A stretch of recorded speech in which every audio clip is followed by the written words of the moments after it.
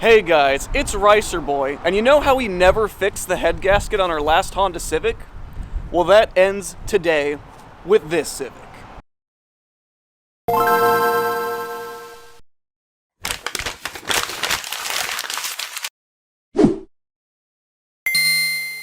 So for the last stage of this build series with this car, we sort of introduced the vehicle, all of its quirks and features, and also did some diagnostics to see what exactly is wrong with this car.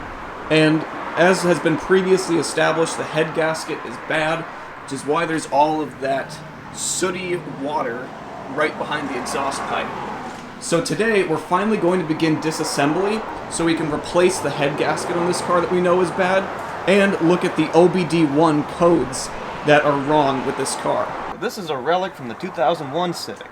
This is my custom-made airbag light reset switch. It's basically a paperclip welded to a switch that I insert into a jumper to read the codes. So I'm going to do that here on this diagnostic jumper. So we've already decided to pull off the hood of the car for better access. So from here, we're going to get the engine to top dead center, and then potentially check some of the fuses that we have to see what's causing the ABS system not to work.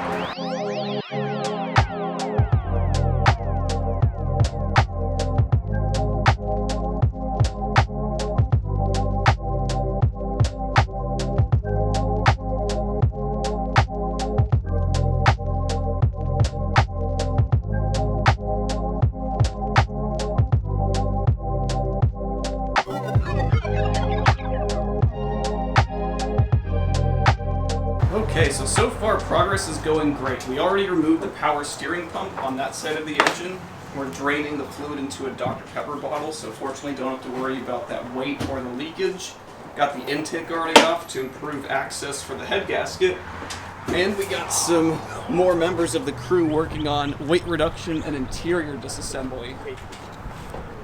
So we got the trunk out, removing the rear seats, and we're making a garbage pile, salvageable pile, and parts that we're going to sell.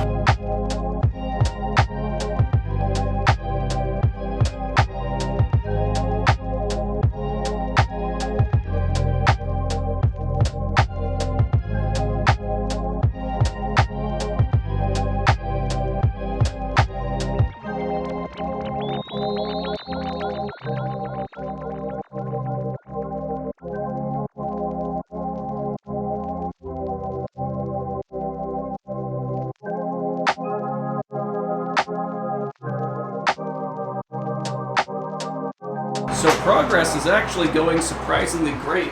The intake manifold is pretty much unhooked from everything, and we finally took the valve cover off. So you can look at that one little cam doing all the work for this engine. Timing belt over there, which is what we're going to replace. And that is what the valve cover looks like, with all of that glorious sludge on it that we're going to have to clean off. And then over here for team interior disassembly, we actually got a lot done. So the trunk is now completely bare. Body control module over there. And here's something amazing that we found in the trunk. You see that? That is daylight coming through the trunk. And those are my fingers on the other side. So we got a speed hole, weight reduction from the rust. And if you look through the car, you can see we got the greatest ass of lemons right here. Woo! Woo! Also, we've got another dime. I forgot to mention, we also so far have found 36 cents to add to the performance budget in this interior. 46, thank you very much. Oh, 46. We're gonna make a profit off this car. Exactly. Just find enough loose change. This car is like Dogecoin. And another thing that we found, we're pretty sure that these rear struts are new. Just look at the shininess on those boys. So explain what you're doing right now with the camshaft. I am rotating the engine so that cylinder 1 is at top dead center. Exactly. Whenever you're doing a head gasket and getting to the tops of the pistons, it's important to know where the engine is in rotation. Otherwise, you're not going to have a fun time if you mess things up. Team Interior hard at work. We've already got the door panels out, getting that added lightness for stuff we can sell on eBay. So right now we're removing the exhaust manifold, and I think you found an interesting point about the bolts holding it on. This bolt was not installed, so it was just blowing exhaust gas and then steam right by the exhaust manifold. Yeah, so we think that there's a likely chance that the reason why this thing made a plume of smoke when we revved it was because all the hot exhaust was coming out of there and some coolant dripped right onto it. Team Interior is jamming out. I can't exactly show the music because, you know, copyright and shit, but fine. the interior is stripped out. We're trying to remove the cruise control. There's like one cable that goes through the firewall, and you can see it shaking a bit. Alright, I'm pulling through the cruise control. Of course, for the racetrack, we hopefully won't need cruise control. Come on. Yes! Aha! I've got it. Wiggle, wiggle.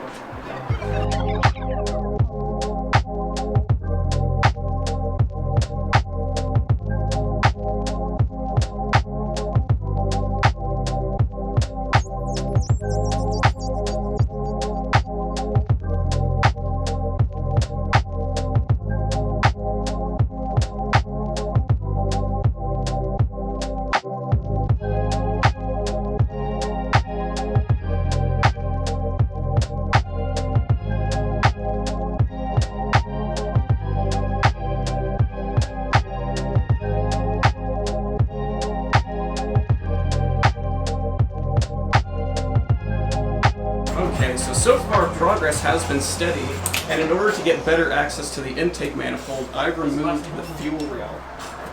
So, if you look here, you can see all the injectors. So we got the fuel injectors removed, and as you can see, they are pretty crusty.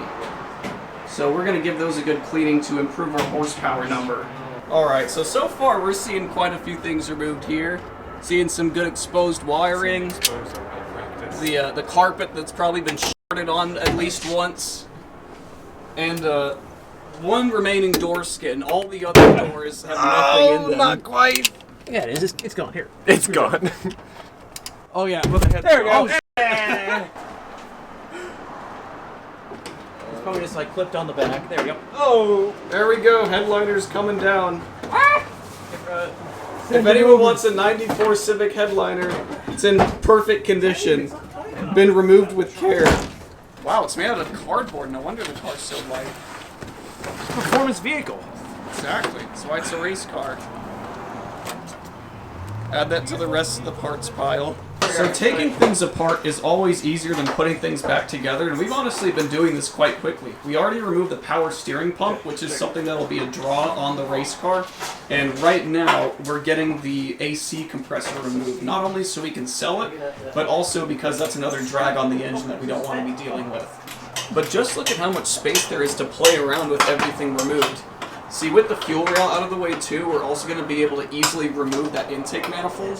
And with everything cleaned up too, it'll get the car as close back to stock power as we can make it before the race. Yeah, might have to jimmy it. I'm jimmying. And then that way. Jimmy, faster! No. Oh, guys, look at all the change under there! Look at all the change! Dude, that's right back to the performance budget. Pick up all that spare change. Oh, this is nasty. Oh god, that is bad. Let me take a look in here. Holy moly.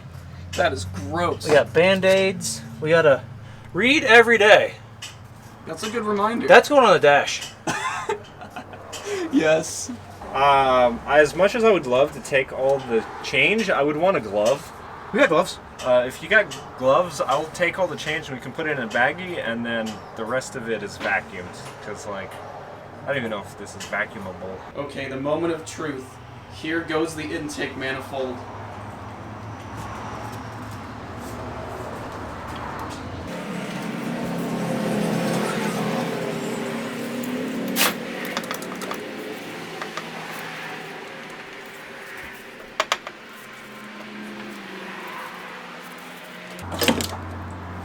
Yes! Finally, after dealing with pre-stripped bolts. Oh, I'm still stuck to something. Oh crap.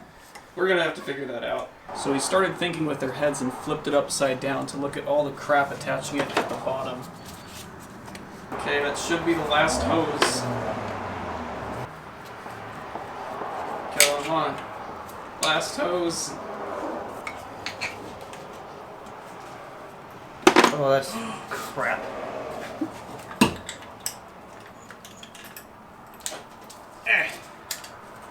Yeah, there's one more.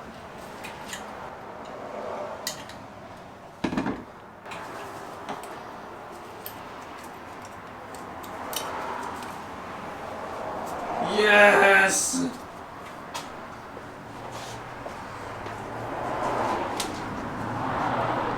It's finally out of the car. Let's see what the engine's been breathing in for all this time. Yeah, that is nasty. You know, this is the most car work we've ever done in one day. Let's get before we get ahead of ourselves, let's get the tape and start labeling what each connector goes to. Right. You're the one who's feverishly removing those after dealing with pre-stripped bolts on these really terrible to get to studs. If you know how engine blocks are delivered from the great stork in the sky, then you might be aware that the step that we are working on now is finally removing the head from the rest of the engine. So now, something that's important to remember whenever you get to this step of disassembly, and especially for assembly of the head, is that you want an equal amount of force on all sides of the block so that way you don't warp the head or the gasket that needs to set underneath. So that's why we're switching between each bolt and giving an even number of unscrews on it. Some of the head bolts were way tighter torqued than others.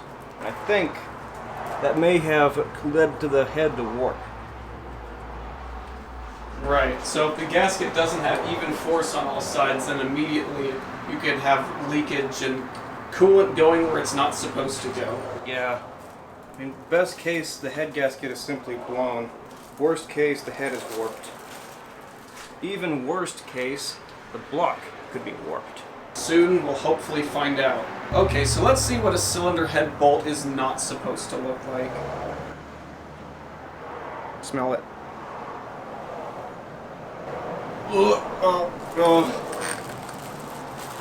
It smells like burning cupcakes. I don't know what happened, but that's not good. That is not good. Hammer time.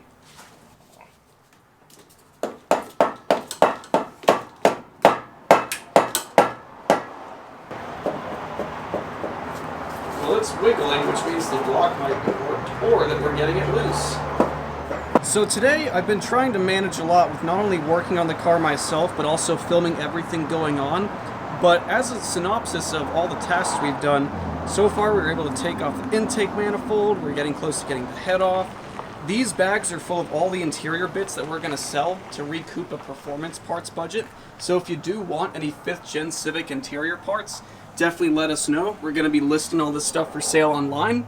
And you can see that the inside is pretty much all stripped out. So yeah, we practically got this thing all the way stripped out. Everything I see around me is metal.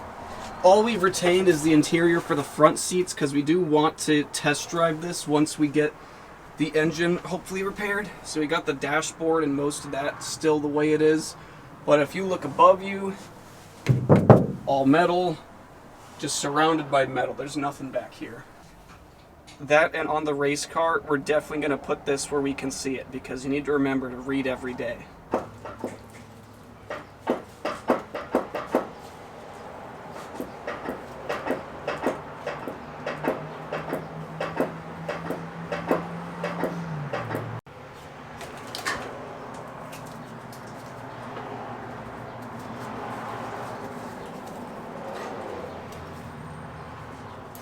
How do you feel right now?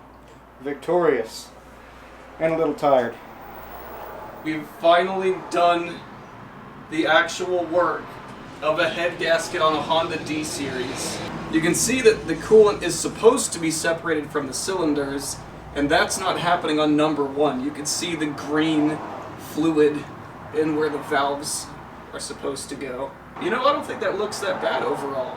So far we've been inspecting the cylinders, and we did see on cylinder 2 there is a squiggly line on the bore of the cylinder, which signifies that the engine was still for a long period of time, and that the oil ring rested there, which could lead to it not sealing as well. So now we're checking cylinders 1 and 4, on each of the extreme ends of the engine to see if the rings are damaged at all for those. Cylinders go down. Cylinders go up. So a little bit of time has passed. We decided not to record the boring parts like putting the excess parts in the interior and then putting the hood back on just temporarily and cleaning up our work area. But we're back home now with the cylinder head in order to diagnose it. And as you can see, we have the power steering pump cleaned up so that way we can sell it. And if you guys remembered a while back on how I had all of the different wall art, this is the way the Ricer garage looks at this point. It's starting to become really homely in here. We're looking at the cylinder head right now.